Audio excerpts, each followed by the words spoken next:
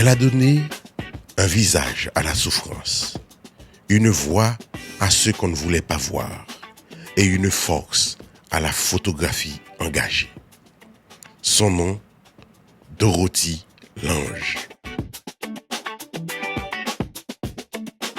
Née aux États-Unis en 1895, Dorothy Lange commence sa carrière comme photographe de studio.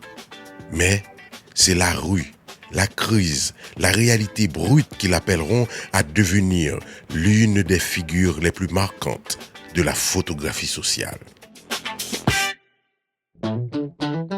Durant la Grande Dépression des années 1930, elle est envoyée par l'agence gouvernementale Farm Security Administration pour documenter la vie des familles rurales appauvries.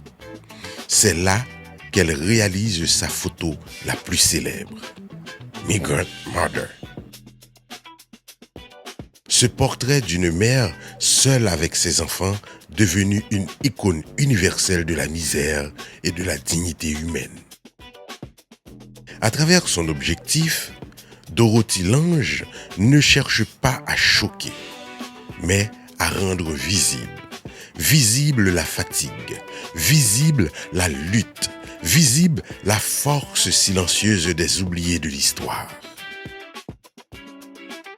Dans les années 1940, elle photographie également les camps d'internement des Japonais américains, dénonçant l'injustice et la peur institutionnelle. Une œuvre censurée à l'époque, mais réhabilitée bien plus tard comme un témoignage majeur de la résistance par l'image. Son approche était simple et puissante. Respecter, écouter, comprendre avant de photographier. Elle disait, l'appareil photo est un instrument qui enseigne aux gens comment voir sans appareil photo. Dorothy Lange a transformé la photographie en un outil de justice sociale, de mémoire et de plaidoyer. Elle a prouvé que l'image peut être une arme douce, mais implacable, une passerelle entre ceux qui vivent une réalité et ceux qui l'ignorent.